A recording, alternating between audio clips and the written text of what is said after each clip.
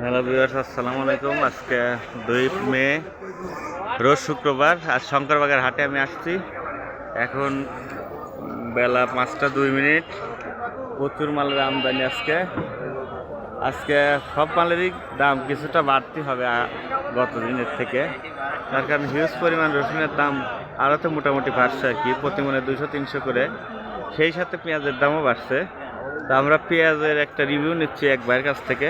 ভাই আসসালামু আলাইকুম। ভাই ওয়ালাইকুম আসসালাম। ভাই কেমন আছেন ভাই? আছি ভাই। ভাই আপনার নাম কি ভাই?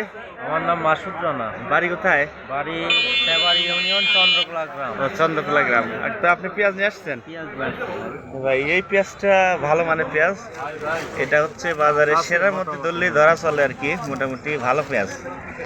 তো এই পেঁয়াজের দাম কিরকম ভাই আজকে? এর দাম বলছে? এখনো দাম হয়নি ভাই, আসলাম।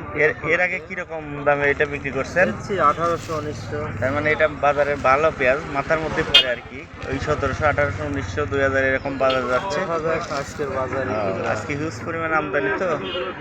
ভালো পেঁয়াজ, এই যে এই দেখুন পেঁয়াজের কোয়ালিটি খুবই ভালো মনে পেঁয়াজ। এটা রাখির জন্য পারফেক্ট। এই পেঁয়াজটাও রাখির জন্য পারফেক্ট। তবে আজকে মনে হচ্ছে বাজারে মোটামুটি ভালো আমদানি আছে এবং সেই সাথে ব্যাপারীও আছে। হতে পারে না। হ্যাঁ, বাজার ঢিল না তো, পেঁয়াজের বাজার স্থির আছে। হ্যাঁ, পেঁয়াজের বাজার স্থির আছে। পেঁয়াজের বাজার এরকমই আছে, বেশ কয়েকদিন ধরে যাচ্ছে। হয়তো বা খুব তাড়াতাড়ি পেঁয়াজের বাজার বাড়বে, সুখবর আসবে। ঠিক আছে, মালের দাম বাড়লে কৃষকেরও লাভ, ব্যাপারীরও লাভ। ঠিক আছে, ভালো থাকবেন সবাই, চ্যানেল দেখতে থাকেন। আসসালামু আলাইকুম।